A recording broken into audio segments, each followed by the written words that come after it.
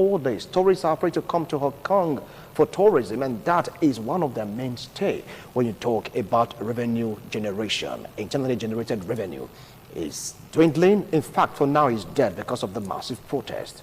Are they going to listen? How will they come out of this? We'll keep watching, and we're going to report back to you. Now let's move straight down to what is going on in Chile. Yeah, protests, massive protest. And at this time around, the Chilean president, talking about Sebastián Pinera, said, look, I've heard you people are talking about corruption, that my cabinet is infiltrated, has been infiltrated by corrupt characters. For that reason, there's going to be a cabinet reshuffle. And he did it. Many top figures were affected in this reshuffling. All right? But still, the youths are still protesting. Would this lead there to be a kind of a change in the manner of the protest? Would this lead to a kind of a state of calmness in Chile? Would this really make people have a rethink that Sebastián is really fighting against corruption? Let's see if this will soften the heart of the Chilean citizens protesting against Sebastián administration. Finally, let's move straight down to what is happening in California. Fire raging, and they are blaming it on electric wires, electric poles, electricity. You know, when wires touch, spark, fire, and all that. For that reason, they want to disconnect thousands of people from the main grid to take care of this problem, to prevent fire from destroying lives and properties, because it's raging, it's ravaging. People are being affected, properties being destroyed, the economy being hampered, and so many negative effects coming out or emanating with this fire outburst. It's a raging inferno to the extent that the fire department is finding it so difficult to even contain. They choose to use airplane, use so many things to fight the fire. But the best way to prevent anything from happening, especially forest fire, simple. Prevention, they say, is better than cure. And that is the reason why they're saying after they are able to summon this raging inferno, they are going to look into the wiring system. When you talk about wires that supply power to various cities across California, maybe, just maybe, that will really check the rate of forest fires. All right, it's time for me to introduce my guest. Then we'll go straight to the discourse for today. It's all about the death of BAKR. BAGHDADI. Wow, what a name. Well, this name has been resounding in ISIS. He's the #1 man, and they've committed so much atrocities globally.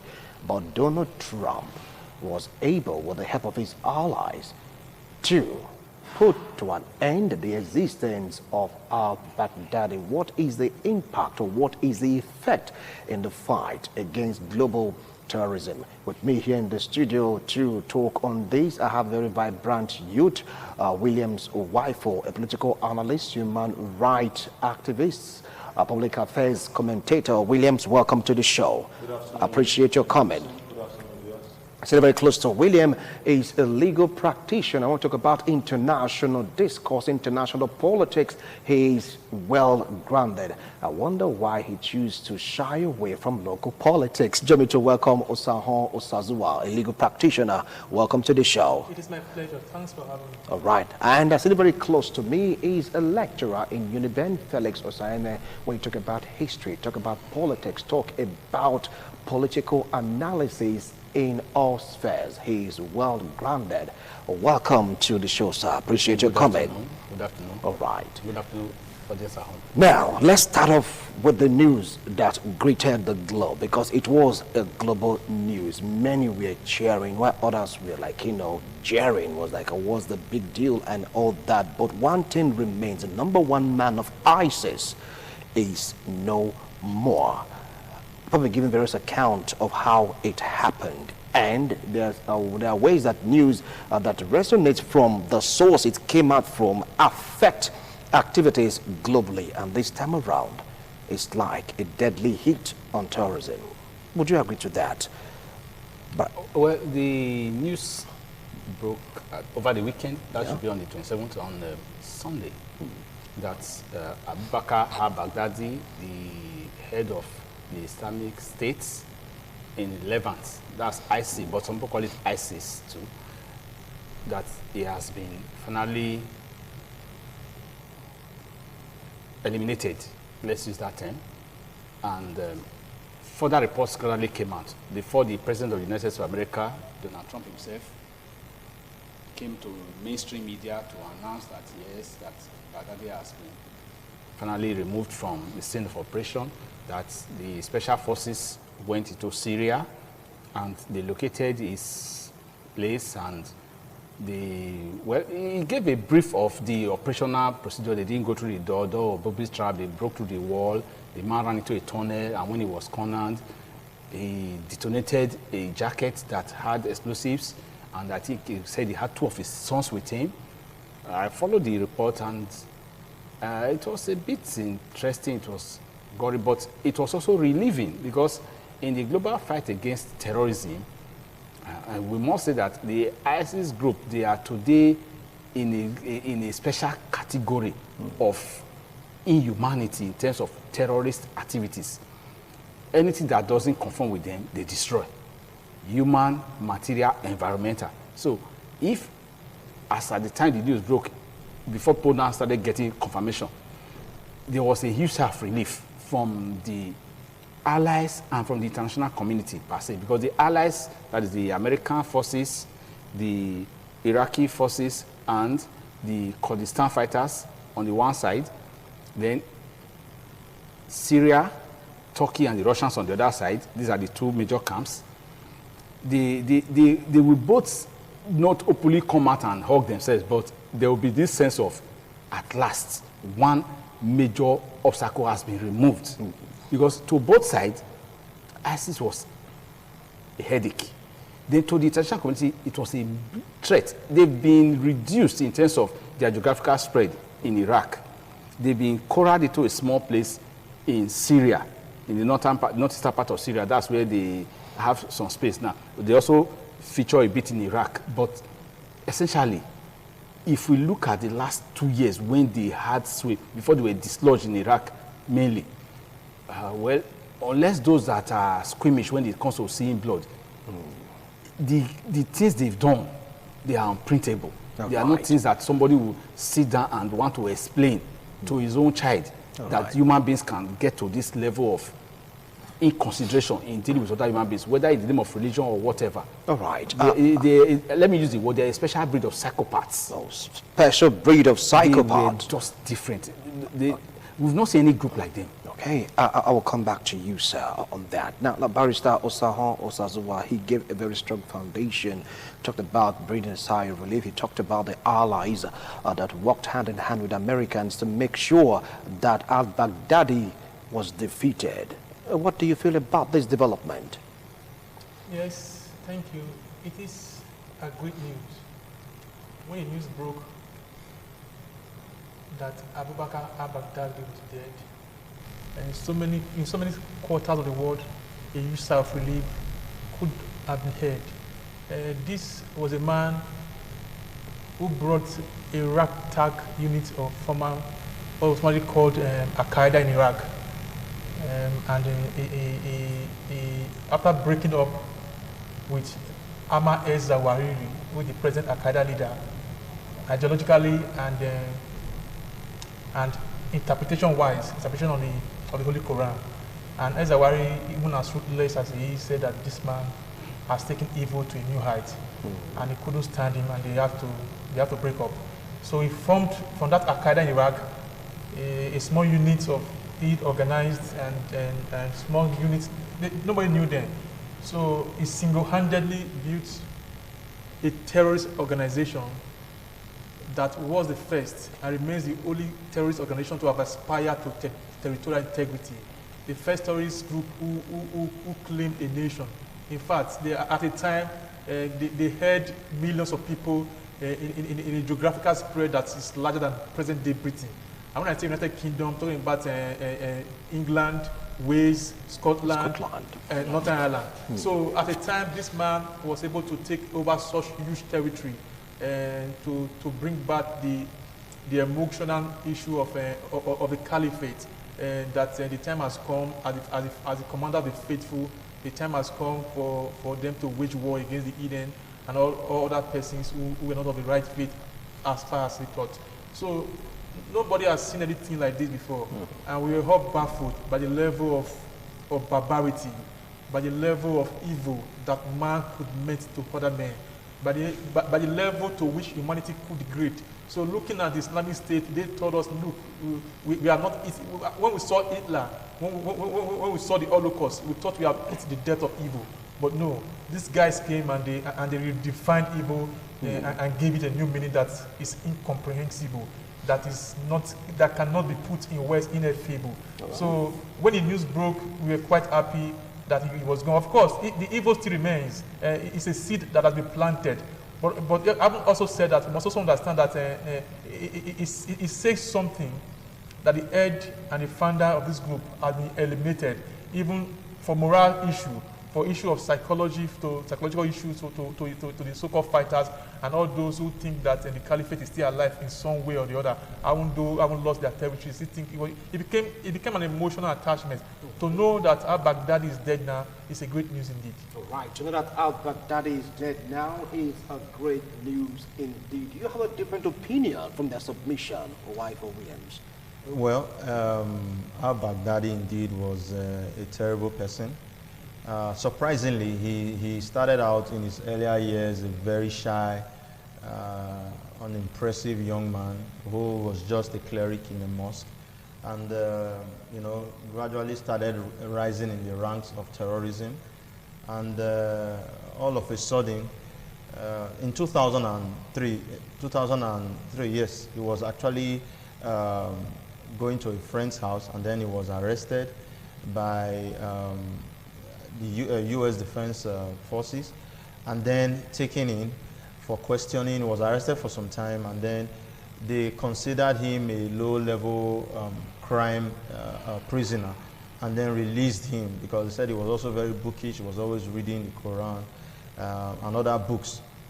So they felt, okay, he wasn't such a threat. But before he would be released, they took cheek swabs.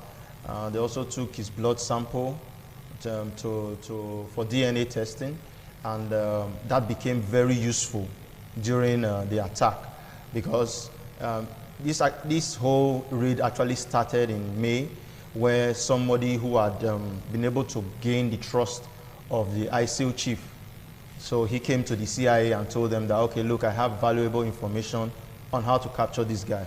And let's not forget that sometime in 2010, 2011, a $10 million bounty was put on his head, and then it was later increased to $25 million.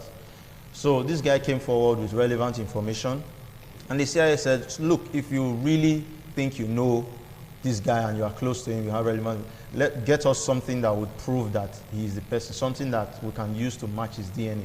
And he went and got the underpants and blood sample of al-Baghdadi, brought it back to the CIA, and when they conducted a DNA test, they found a match between what they had in the archive and what this guy brought.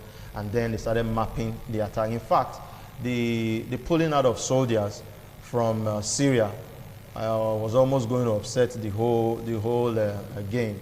They had to quickly move in. Yeah, because we are coming to that. Continue, yes, yeah. yes. So the CIA made their plans, and then they found out where he was staying, because even from the information, he was somewhere in INT'L and was going to move again to Jabusu, another province. But then they had to quickly move in on him. It was a group of attack dogs that were used to chase him. After the US forces came down from the plane, some dogs were able to chase him into a dead-end tunnel where he had 3 of his children, and then he detonated a suicide vest, and that was how he died. And the world celebrated. President of France, the Prime Minister of Britain, everyone was happy because the guy had become this global terror. Having declared a caliphate in 2014 that stretched from Iraq through villages all the way to Iraq, holding millions. He oversaw organized rapes. He oversaw hanging of people. They killed journalists on live TV, which was even streamed on social media. meant to inspire other ISIL followers and people who wished to join the Islamic State. And then he told other faithfuls that, look, there's an Islamic State here, you can emigrate and join us. Let's make this Islamic message reverberate around the world. All right. I'll come back to you, Francis. Williams, begging your pardon. Now, let's take a look at the contribution of Trump, because this thing happened in his administration. Do you think it's a plus to Donald Trump's administration? Yeah, factually it is, because he admits it's at the helm of affairs in the United States of America. We cannot run away from that fact, but we can also make a point here that is very important. You see, these things have built up over time. Imagine a man that was arrested in 2014. Sorry, okay, he started, the caliphate was in 2014, way back 2004. Yeah. Okay, 2004 to 2019, how many years difference? We are talking of close to 15 years. Yet the records have been there. Those records are the sample. This is what we call criminal profiling. Normally, when there's an arrest, you get all the necessary data about the person. The person could be released. Doesn't mean the information has been dismissed. The information is kept, it's archived. So that information is what they relied on when they started doing their intelligence gathering now to smoke him out. Now, that is very important. Well, we've heard of the execution of the head of Al-Qaeda before, Osama bin Laden. That one happened in Pakistan. He was in hiding. These are high-profile persons. In fact, they hold the record of being the most wanted human beings on earth. Yet you don't see them in public. But their photographs are everywhere. At a point in time, because they have a particularly reticent lifestyle, you don't see them in public. You don't even know them. And for you to get close to them, to be in their inner cycle, you must have earned trust. The layers of security you would have gone through is almost insurmountable if you are an outsider. So it shows the capacity of the American intelligence network to persevere and to extract where necessary. Look at how they got Osama bin Laden in Pakistan. In fact, the Pakistani government were not even aware that the American special forces entered their country to carry out that attack and succeed in it under President Obama. Now this is President Trump. So it is not just Trump. Wow, unusual.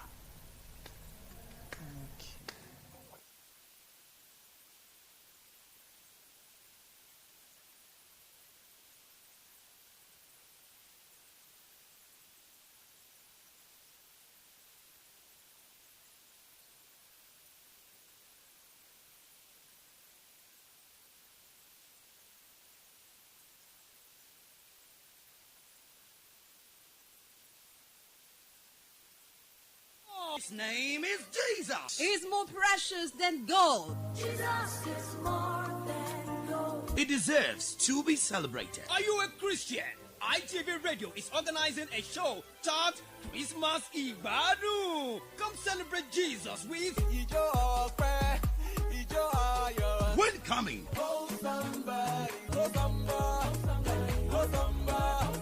There shall be lots of fun with DJ Ultimate, different artists, cartoon characters, games garden, and other side attractions. Competitions include I know my parents. hot ball, Color match, balloon busting, skip and race.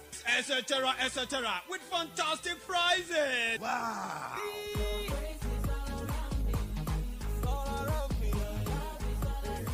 Day, Wednesday, 25th December 2019. Time, 10 a.m. Venue, ITV Radio Corporate Office, Glass House, Airport Road, Benin City. Gate fee, 500 naira per person. This program is partly sponsored by KC Devices Phone Shop, sales of phones, laptops, CCTV cameras, inverters, accessories, and gadgets. Number 68, Airport Road, opposite FIROS, before Akensworth Junction, and Shop 68 Bob Israel Complex, opposite Oba Market, Benin City. Telephone 0803 6408 Christmas Ibadu. Ibadu Rabata. Oh, Jealousy no go pay you, pay you.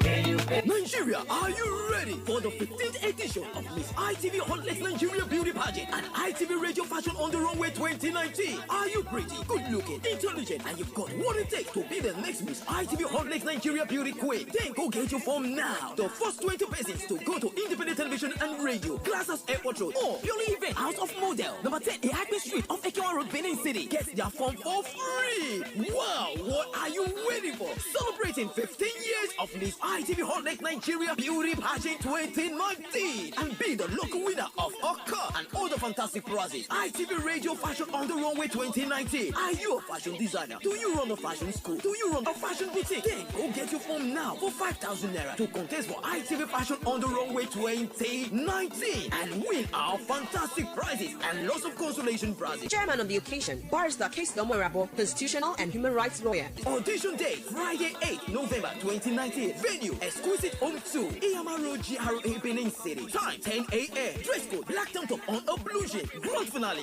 date December 1st. Venue Eluria Hall and Suite, Sabalo Road, Benin City. Miss ITV Hot Legs Nigeria Beauty Pageant. It's getting bigger and better. Get set for the Keep Walking edition. This event is supported by Oviomo Foundation, helping to build a better society through numerous platforms. Vive La Vive Boutique, sales of female and children clothing, shoes, bags and other accessories. 11A, First Uber Road, After Water Resources, and located at Market Square, Sapele Road, Benin City. Fortune Skincare, 61 Adesua Grammar School Road, off Bob by Water Resources. The Bliss Hotel and Suites, 163 Punch Home Motel Road, Benin City. And the Model Cooking Gas, 247 FM Way, Benin City. Wesley Premium Table Water, number 2, Wesley Street, Oka Community, off Benin Sapele Road, Benin City. Honorable Michael Izomo, CEO, St. Izomo Farm Organization. Ogbe Motors Nigeria Limited, 202 Sapele Road, Benin City. Global Foods and Cinemas, 59 Urubi Street, Benin City. Samotaka Generators and Electronics, number 66 Wire Road, Benin City. Burr Bank Oil, located at Benin Akure Road, Oluku, where 1 liter of fuel is 1 liter. For sponsorship and participation, call this number 08056563675 or 08056733170. Miss ITV Hot Legs Nigeria Beauty Pageant. Discover the beauty in you. Miss ITV Radio Fashion on the Runway. Fabrics, needle and thread, creativity at its best.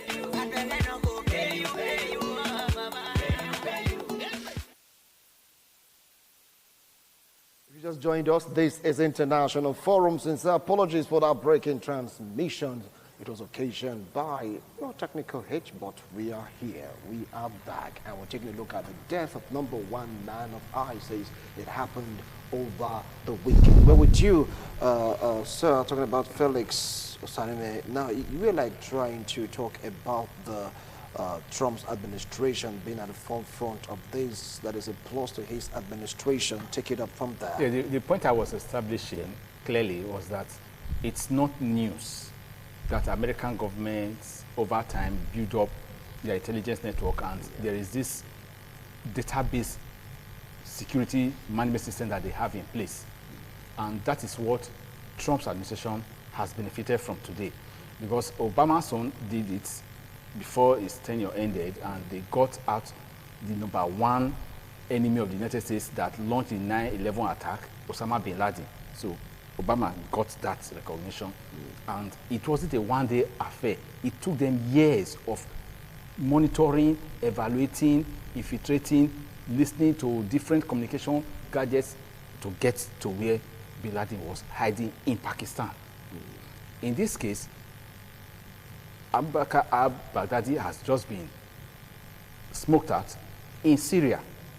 Meanwhile, his original area of operation was in Iraq, although it took a wide geographical spread from northern part of Syria and Iraq. And what also favored him was the fact that Syria had its own internal challenges, so that gave him room to corner part of their territory. The Iraqis were also having their challenge, he cornered part of their territory, and he created his own hellhole between these two borders.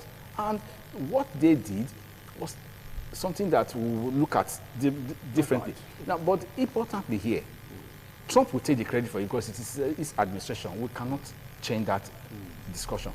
Again, it shows the sustainability of a system that is designed to perform at maximum level of expectation. Within a space of 10 years, 2 key elements now in the terror network on a global scale have been removed. by one country, the United States of America. We hardly hear of other countries having this tenacity. So the Americans consistently follow their leads. They will wait, they will look. And the pulling out of American forces from Syria would have scuttled this objective. Yet, let's just say, at the nick of time, they hit the bullseye. So by getting al-Baghdadi now, the whole world is happy because al-Baghdadi's problem was not an American problem. That's a global problem. He was recruiting from all parts of the world, particularly what we call the conservative part of Europe. Europeans were now leaving their country, going to Syria to fight in al-Baghdadi's army. They were radicalized from home, and they were not even born Muslims. So this is why the mass problem, in fact, the French government is having a big headache right now, having to retrieve children born to French fighters of ISIS. The Belgian government is having that challenge. The Norwegian government is having the same challenge. They are now discussing in the EU Parliament how to take care of those children. So this became a major problem as far as Australia. Some Australians left Australia to go and fight for ISIS. Because of this same man, al-Baghdadi. How he did it, well, let me just use one psychological argument. He played on their darkest desires. Gave them room to express all kinds of deep, dark, evil thoughts that they wanted to express. He said, come here, you have a free hand. So a man like that, Trump would definitely celebrate his elimination. And we must give Trump the credit, even though it is the American system, the intelligence network, that did the whole ground, but he gave the go-ahead. Forefront. And the execution was complete as expected. So we must give Trump the commendation. We must give Trump the commendation. Osazua Osahon, yes, do you agree to that one, giving Trump the commendation for carrying out this feat? And one thing happened also. You saw the allies, and he wasn't afraid to mention Russia, that Russia played a very vital role in this whole exploit. Yes, again, thank you very much. Trump is an enigma. He's someone that is difficult to comprehend. Either is a stable genius, as he always claims, or is such a baby fool. Now, man, watch your language now, sir. Watch your language, because he is still the president of the United States of America. So not a baby fool. I didn't say he's a fool. I said either is a stable genius, as he always claims. He calls himself a stable genius. Or he's not allowed on air. Thank you. Okay, so that's that. We must ask ourselves, of course, as the president of the United States of America, he cannot but be responsible. He has the final, he makes the call. Unless and until he makes that call, there's nothing happens. And he had the guts to take that risk, and it paid off. It is common sense that credit should go to him. That's for that. But let me quickly say this. In 2012, after Obama got Osama, and the world was very happy, and they were congratulating Barack Obama. Trump sent out a tweet, and I quote, "Stop congratulating Obama. Obama did not kill bin Laden. They never killed him." End of quote. You can go back to his, if you follow him, you can see it. Yes, that's what he said. That Obama did not, he was just the president, that it was the Naval Sea that did. So let's fast forward 2019.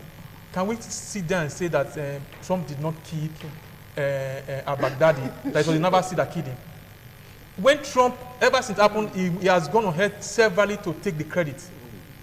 He was even making comparison between al-Baghdadi and bin Laden. That al-Baghdadi is a bigger deal than bin Laden ever was. That shows the level of how vain he is. How pure, with all respect, he thinks. So that's that. Now, because he made the comparison, let's quickly say this. Since al-Baghdadi, since 2010, has only been seen once in public. That was July 4th, 2014, when in that, the great mosque of Anuri Mosque, the great mosque in Anuri, he made that declaration declaring the caliphate. That's only once they have seen him. Until recently, when he also made, and he also doesn't appear like on social media. That shows he lacks that charisma, that ability to inspire like Obama did, like Bin Laden did. He was just able to put himself in the place, because if you read the Quran, there's a place they talk about the caliphate will come. That he just said, this is the caliphate that the prophet wrote about. That I'm the person you come. People were living their places in Amsterdam, living their places in London, in Michigan, all over the world, and they were running to somewhere running to caves in Syria and Iraq. So that was his pool. But as a person, yes, he has that pool. But as a person, no charisma. You don't even see him. His fighters don't even see him. He has always been. He's a very quiet and careful person. He doesn't see him come out. So that's that. So we must begin to understand, yes, to answer your question, Trump must take credit for it. And so it's only common sense that he should take credit. But why we not just come out and be making some kind of comparison between his kill and Obama's kill? His kill is a bigger kill than Obama was. For a president of the most civilized nation on earth today, just saying those stuff, and you begin to wonder how he got to where he is today. Because it doesn't add up. Even a permanent cis person will know that it doesn't add up. He's bigger than, he's so big, yet it comes down from his height and his loftiness, and he meddles in the mud with children, and he brings argument that defeats even the good work he has doing. Yes, the economy in 50 years, the American economy is doing soundly like they never done in the past 50 years. But the way we say it to your face, the way the argument we make every day, you become ashamed for him. People don't even start ashamed. But still, many people are proud of him. No, but and he coming down to the mall to make people. He's still working out for him. Anyway, I'll come back to you. I'll come back to you, Saho. I'll come back to you. Now, he mentioned Russia. He mentioned Turkey and some other countries. This time I was able to cut across borders, cut across the Cold War to say, look, I didn't do it alone. Isn't that a sign of humility? Well, I don't know what you term humility, because I think it's just natural that you give credit to those persons to whom credit is due, because even the courts will tell you that most of the intelligence employed during that Barisha raid was their own intelligence. They put their lives on the line. They had men on ground who were monitoring Baghdadi's movement. They had coordinates being sent out to the U.S. Special Forces. They did a lot of the intelligence. So if we are going to give credit, we are going to give credit to so many people. Even the Russians had to clear the airspace for the Americans to use it. Although that's what America is claiming. Russia is saying they are oblivious of some of these claims. So there's been a lot of conflicting information, and what would you get from somebody like Trump, who everything that comes out. You hate Trump so much. I don't hate him. But you present as if you don't just like his guts. No, but I don't hate him. But everything must not degenerate into a controversy. Just say things the way they are. You killed someone. The military general who even led this whole raid, General McKelly, he was asked, President Trump said al-Baghdadi was whimpering, screaming and crying. Oh, he died like a dog. Is this true? And the man said, I don't even have this information. None of my sources have given me this information. I don't know where the president got it from. Do you have to? Can't you just be the president of the United States, stand firm? You don't have to always act like you're in Comedy Central. But he is the president. That's the way he's to relate the message. And that's why we're expecting him to act as the president of the United States. Just like my co-discussant has said. You didn't have to make your kill the bigger kill, and then Obama's on the smaller kill. The man is so obsessed with Obama. No, but he has to rub it in. No, he doesn't have to rub it in. He's not a child. He doesn't have to rub it in. It's a political gamble for him. It's not worth it. To me, he is bigger than the pettiness he always brings to the table. He's just too petty. You didn't have to compare. And let's face it, Osama was America's biggest headache. And every American wanted a revenge for what Obama did in 2011. Osama did. Yes, for what Osama did in 2001. So to now even compare, if we are even going to go with the substance of the damage Osama single-handedly did to the United States, he was a far, far bigger deal than al-Baghdadi was. Yes, to the world, but to America, having Osama removed from the face of the earth was something that would gladden every American. So to have brought that to the table, it wasn't necessary. So it now shows again his ego. He didn't. You were talking about humility, and then you briefly mentioned that okay, Russia played a role, the Kurds played a role. I just told you now that the Kurdistans came out, came out with official statements saying that most of the intelligence employed was their own intelligence. Yeah, that's true. The war against ISIL, they have lost most of the soldiers. Americans have not even lost a soul.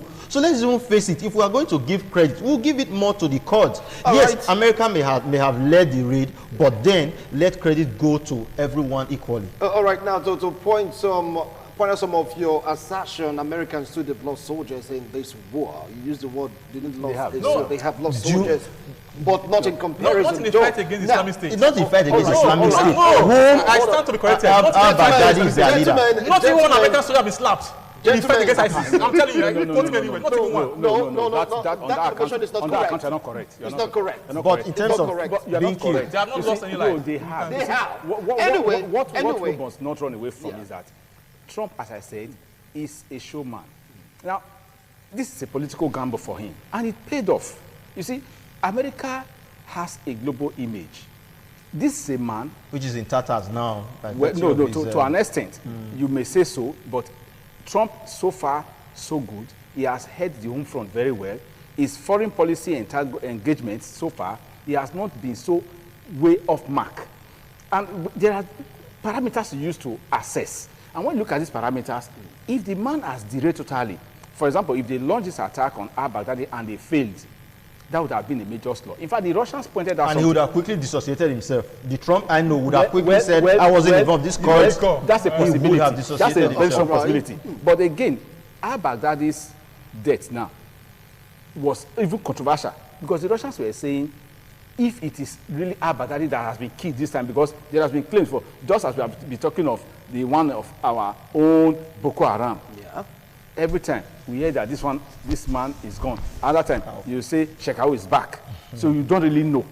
But somewhere along the line, we are convinced that he's gone this time around. But there have been splinter groups. Now, in the same way, al-Baghdadi's death now, because of the long trail that they've designed to get to be very sure, Trump is gloating. Let me use that term. I understand his political game here. His political game is that there's a major internal domestic crisis that is brewing on this impeachment side. Yeah. He needs to get something to dangle to the public. The voting public will rally around him to say, oh, our president has done very well. Irrespective of the rhetorics, irrespective of the fact that the man's terms, his expression may not be very palatable, it may not be schooled, it may not be high class, you may say that here, but the man has won a major foreign policy gamble. And it will play off in the domestic side for him. In fact, for the next 1 week, that is going to be the top burner. It will be trending. Thereafter, something else will come up. So Trump knows how to feed on this euphoria. He's gloating because he wants something to hold on to.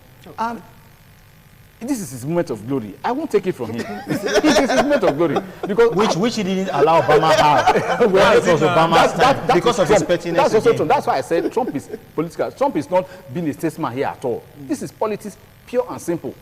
Why don't we now give the credit to the Navy SEAL? No, he did that. Let us give it to the U.S. Special Forces. He recognized the special forces. He recognized them. Williams, hold on now. I understand what Williams is also pointing out, but you can't take it from Trump. From the way he's saying, it's like he doesn't really like the guts of Donald Trump. He's still the president of the United States of America. But honestly, I'll come back to you now. He talked about politics. He talked about dangling of carrots to the American populace. Do you think this will sway the way they feel about Trump? You're going to take a look at some persons that are Democrats. I was speaking with one of my friends in the U.S. recently, and he just openly told me that he thinks Trump will win a second term, and I was shocked. All right. He told me, you don't know these people here. He said these people are racist. That these people, there's a way they think, there's a way they are wired. Hardwired. Yes. That like it is said that the best of men at their very best are still men. I'm telling you, the best of men at their very best are still men. They are still, that primordial proclivity to sentiment and emotion is still there. And they still carry it, no matter for all their education, all their schooling, they still carry it about. That they see Trump as their own. That the average white man sees Trump as a defender of their white supremacy. That we are better than the rest persons. This is a person who, in the 1970s and 1980s, when some guys are coming to his hotel, he tells all the black bartenders to go under. They go. There's a place in Bristol that they go under. They don't want. There are some of his clients. They don't want to see those guys. Do you have proof of this? No, this is common. This is. Do you have proof of this? Because you just can accept something that are not substantiated. I don't do that. I don't do that. I don't do that. So this is something that is clear as daylight. They know. So Trump stands for them. He fights for them. And I tell you, talking about the election, I was shocked, but I don't know if I can take that blow of Trump winning the second term. But he told me that he thinks Trump will get it. Under 5 years. I don't vote. You don't vote. Trump will get it. Yes, the people that vote. And again, the most young persons in the U.S., they are Democrats. And those are the same persons that over the year, they don't go out for elections. Less than 20% of them go out for election, and the Trumpers, the elderly men, they always vote. Let the code, let it be minus, the certificate be -0. They will go out and vote. But the young people who think they are liberals, they are liberal in everything. No, they will be governors. In everything they are liberal. They just what's there? I don't let live and let's live. They just relax, we let him win. So that's that. So I think now, talking about what he has just done, and like he says, he's not going to take Trump moment of glory. Nobody can do that. We will hear this. Will echo what he did, and it will echo for months on end. Nobody can take it. Nobody can take it. That's Trump. Even when he does nothing, he takes the glory. Not that he has done something. Yes. He's going to remind the Americans every morning that I did this. I saved all of them. But Bush did the same after 9/11. Bush came out to say that America is going to wage a war against terror, that it's going to be a long war into the dark, and that people should not forget that it will reverberate continuously in their consciousness. And you should listen to his statesman today. You should listen to that statesman speech. I think I said that is same Bush Jr. Who speaks in tongues in the White House in the morning and drop bomb in Iraq in the night. One of the guys I'm telling you, all right, that's the level of hypocrisy. That's what they are hypocrisy. Hold on. He told the world that Iraq has weapons of mass destruction, and today not one single pin has been found in the He killed hundreds of thousands of Iraqis. All right, now let me come to you. And then also took their oil. What? Yes. You don't have proof of that. No. Anyway. There was collateral damage. Anyway. Yes, the oil was taken. Now let's focus on the death of BAKR Baghdadi. That is what we're really talking about right now. Maybe like I said, this is a political stunt. Though you just can't take it away from Trump. He was the one that gave the go-ahead. After all, without the first man saying, yes, take the shot, nobody will move an inch. So let's say that is for Trump. For what is really happening, do you think it is going to douse the activities of ISIS, though they've been reduced to the barest minimum, but with the leader killed, or he took his own life, committed suicide because of pressure and advancement of enemies right now in court? Do you see them retaliating? I see a retaliation. We would only hope that the impact wouldn't be so much, and that maybe wherever those persons who have been inspired by him, because his videos are replied all over the social media handles. They are all there on YouTube and all other social media platforms. So those videos will always be there to radicalize people and bring them into the fold. So we're only but hoping that they'll be disorganized for a while, but then we may have different groups leaving the Islamic State to form theirs, because even before now, what the Islamic State represented, what al-Baghdadi represented, was more of like a virtual caliph in a virtual caliphate, because most of the caliphate had been reduced. Most of his power had been whittled down. The power he had was that psychological weapon to make speeches and then get people riled up, and then they pick up arms and start doing damage.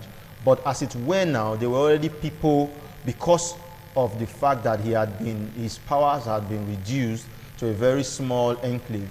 There were already people breaking out to do their own thing, to run their own organizations. In fact, INT'L in the Philippines, they are more concerned with local issues than the grandiose idea of taking over the world, which al-Baghdadi had. So such groups are going to want to focus on their own local issues rather than what al-Baghdadi embodied. So it's yet to be seen who will succeed him, because that will also determine where the group will be headed. Because even before he came on board, nobody thought INT'L would be this vicious. So we are only but hoping that they don't get this kind of person, because even his reclusiveness was seen as a sign of power. The fact that he was not seen all the time added to his cultic followership. Yes. His members believed that he was this type that was not easily reached. So they respected him. Yes, they respected him more. So we are going to hope that they will not be able to regroup in a long time, and that these same U.S. Special Forces are able to guard the oil wells, so that INT'L members don't take over those oil wells and start selling oil to get money to buy arms. Okay. So there's a lot of implication that is attached to his death. So we only but hope that the U.S. forces and other coalition forces hold the front line to put a stop to their activities. All right, now you talked about the U.S. and other coalition forces hold the front line, but right now Trump chooses to pull out the U.S. forces, so to speak, from the fight in Syria, inevitably affecting also they've been asked to protect the ISIS battle.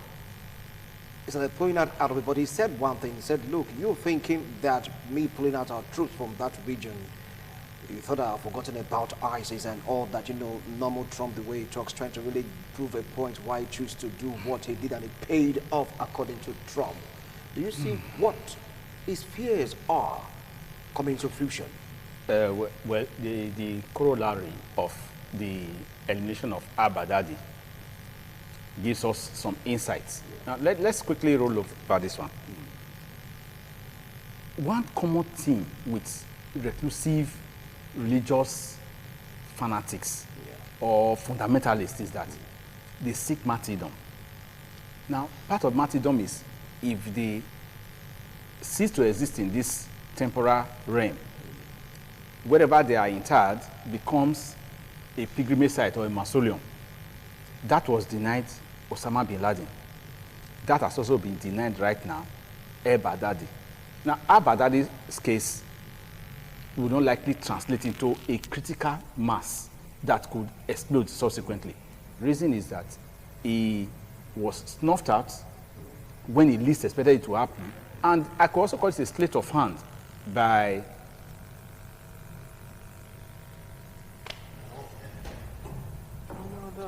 They changed the lights. All right, now we're talking about al-Baghdadi, talked about them being martyred, and of course them also having that strong suit was denied Osama bin Laden, and now al-Baghdadi take it up on the quality wrap on the show. It's almost like what Trump did is a very strategic move. Right. Okay, the strategy has been planned out. We'll localize this area, we'll contain ISIS, and we'll make sure that we secure the sources of funding for them, which is the oil well. Right. Now, technically, the tactic is to make sure that he doesn't have a life after death. Now, life after death for him would have been that he was buried, he continues to transmit his videos. A man that, you see, part of Trump's denigration of his death, saying he died like a dog, he was weeping like a dog, he was a coward, he detonated his bed, is part of the rhetoric. All right, our time is up, our time is up. Not to worry, have enough time also to expatiate on this particular discourse, because the matters arising from the death of al-Baghdadi because of his person. Thank you so much, gentlemen. I want to apologize to our team in viewers out into these distortions due to technical hitches. Bye for now.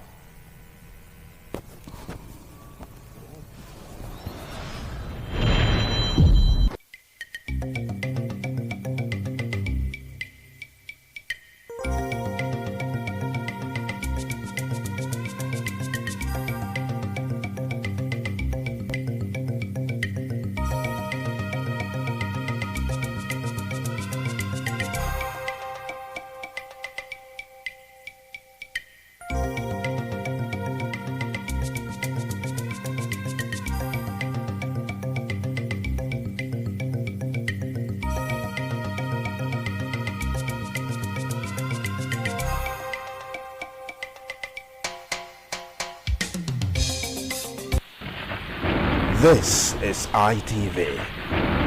Certainly the best.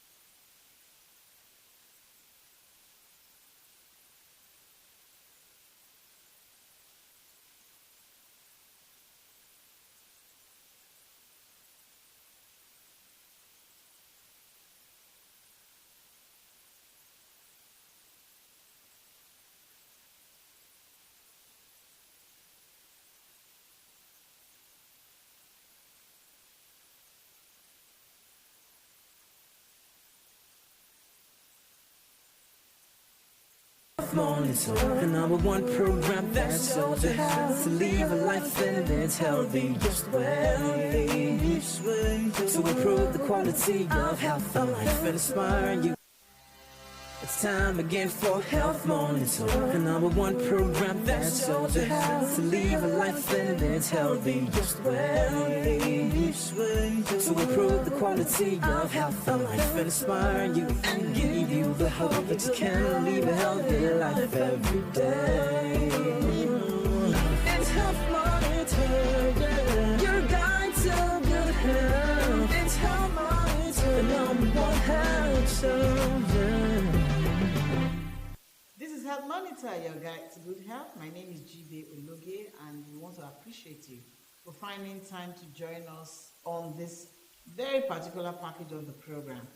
On the show today, we have first and foremost the true care parts of the show, and we call it the assisted conception segment. On this part, we assist women who cannot conceive naturally to conceive through assistance, okay? And it's brought to you by True Care Fertility Clinics. We have Dr. Ivy standing by to give you that information.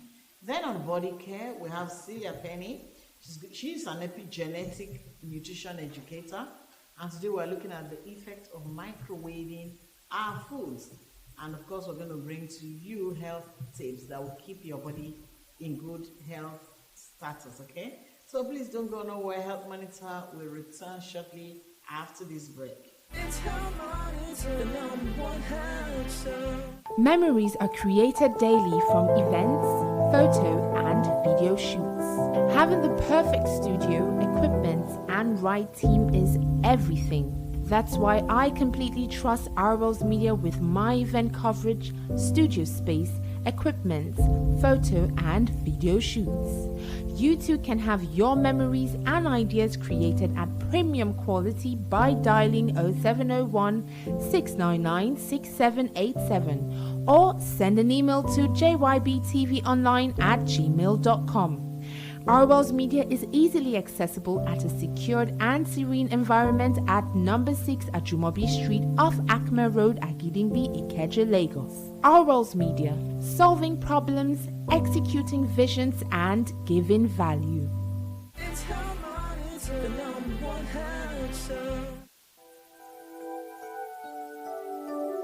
Since there are two tubes, if a woman has one of the tubes blocked, then there is a theoretical 50% chance in getting pregnant. We've had a 62-year-old woman got pregnant with twins and delivered. Many women go from one hospital to the other, trying to cure what is not actually a disease.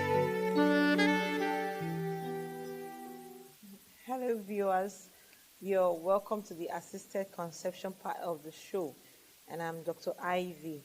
So today we are going to be talking about pre-implantation genetic diagnosis. This is an adjunct to assisted reproduction. When I talk about an adjunct, it goes hand in hand with IVF treatment. It's a method of profiling embryos before they are even transferred to the woman's womb. This method can discern some factors in these embryos before even implantation takes place. PGD is a form of profiling these embryos, and we do a form of prenatal diagnosis, and it's usually used for searching for some certain kind of diseases in these embryos, even before the embryo is transferred to the woman's womb. That's before the baby is put back in the womb of the woman. So, having collected the eggs in IVF procedure, you collect the egg, you then mix it with the sperm, the baby starts growing in the laboratory. At that stage, we call it an embryo. This embryo, we then take a sample from the embryo and check for some certain characteristic. It's like a test of the embryo, just like the way you take a blood sample from someone to do a test. The same way we take a sample from the embryo and check for some certain characteristic. That is how pre-implantation genetic diagnosis is done. Usually, what is the advantage of this procedure? In our environment, the most important advantage here is that it's used for sex selection, genotype screening. It's also used for, there's some diseases that we call the inherited X-linked disorders, which a mother can transfer to her son. The mother is a carrier of this disease, but she can transfer it to her son. She doesn't have any symptoms, but her son can come down with the disease. Like the popular one is hemophilia. Now it can also be used for embryo quality, to know the good embryo before you go ahead and put back the babies in the woman's womb. Then another advantage, we use what we call HLA typing. This HLA typing is to match siblings. For instance, a sibling has a particular disease that will need a donor from her sibling. So you can use to match, okay, this sibling is going to match, like in leukemia, for instance, where you need a bone marrow transplant. You can use to do HLA typing for the next baby that is coming, so that the baby can be exactly match for the one who is sick. So in that case, when this child is born, the child can donate bone marrow to the sibling who is already sick. So those are the advantage of pre-implantation genetic diagnosis. But in our environment, the most important thing we use it for is sex selection and genotype screening. So with PGD, even if a couple is ASAS, it's no longer a problem. Before now, once a couple is ASAS, the only chance they get is to do what we call amniocentesis, in which the woman is already pregnant, then she goes to screen for the baby's genotype. And a sample of the amniotic fluid is taken and checked what kind of baby is she carrying. Is it going to be a sickle cell baby? And if it's a sickle cell, the pregnancy is terminated. That's what used to be in the past. But with pre-implantation genetic diagnosis, that's not the case. So even before the woman gets pregnant, what we usually do is to go ahead, check that baby. After we've done the IVF in the laboratory, we now check that embryo. Is this embryo carrying a sickle cell disease? Is this embryo carrying the sickle cell disease? We screen them. If she has like 5 embryos, we screen what's the genotype of all the 5 embryos. And then we replace only the ones that are free of sickle cell disease to the woman's womb. In this case, she's sure that she's not going to get any sickle cell baby. Then, as for when it comes to sex selection, because of this part of the world where we are, a lot of things are attributed to a particular sex. For balancing the family, you need sex selection. And because of the African culture, which I respect a lot of people want to have a male child. A lot of women out there who have been trying to have a male child. We have seen we have seen couples who have had up to 7 children because they are all the same sex. Probably they are all females. They want to crave to have a male child. With pre-implantation genetic diagnosis, this is the solution. What we're going to do is that once the embryos have been formed in the laboratory, we then check the genders of all the embryos and replace the desired sex back to the woman. So in this case, she's 100% sure that she's going to have the desired sex she wants. So if you want a male child or if you want a female child, you can do this with pre-implantation genetic diagnosis. So you see, for all the folks out there who have been trying to conceive or who have had female children or male children, irrespective of the desired sex you want, with pre-implantation genetic diagnosis, you can complete your family. You can balance your family with the gender you want. So you can see that the advantage of this is that it avoids selective pregnancy termination. A lot of people who are ASAS and they want to get married and they were like, okay, let's go and be checking. I know a couple who have terminated up to 5 times because anytime she checks, it's a sickle cell baby. Anytime she checks, it's a sickle cell baby. But now, with pre-implantation genetic diagnosis, you don't need to go through all that. You can have a sickle cell-free baby. A sickle cell-free baby without all the, and still marry and still be with your spouse. A lot of homes are broken up because of ASAS. We know that. But now, with pre-implantation genetic diagnosis, that isn't the case anymore. So the couple can live a happy life together. And every young lady out there who wants to get married to her heartthrob can as well get married to, even if it's ASAS. Any couple can get married and they can still have the desired sickle cell-free baby with pre-implantation genetic diagnosis. So you see, the advantage is enormous. It's enormous, and it's a very beautiful thing, and it has helped a lot of families. And I want to call out to all our viewers out there who have been facing the challenge of probably having the desired sex of a child, or having to struggle with the fact that your spouse is AS and you are AS. It's no longer a problem. Just come forward, and with pre-implantation genetic diagnosis, we're going to take care of that and ensure that you have your desired sickle cell-free baby or the desired sex you want. So the advantages are enormous, and I want to say, please take your chance while the science and technology has brought this to our doorstep. So at True Care Fertility Clinic, you can have all this alongside with the in vitro fertilization treatments. Memories are created daily from events, photo and video shoots. Having the perfect studio, equipment and right team is everything.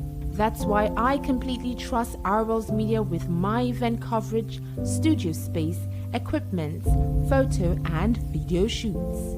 You too can have your memories and ideas created at premium quality by dialing 0701 699 6787 or send an email to jybtvonline@gmail.com. Orwell's Media is easily accessible at a secured and serene environment at number 6 Ajumobi Street off Akma Road, Agidingbi, Ikeja, Lagos. Orwell's Media, solving problems, executing visions, and giving value.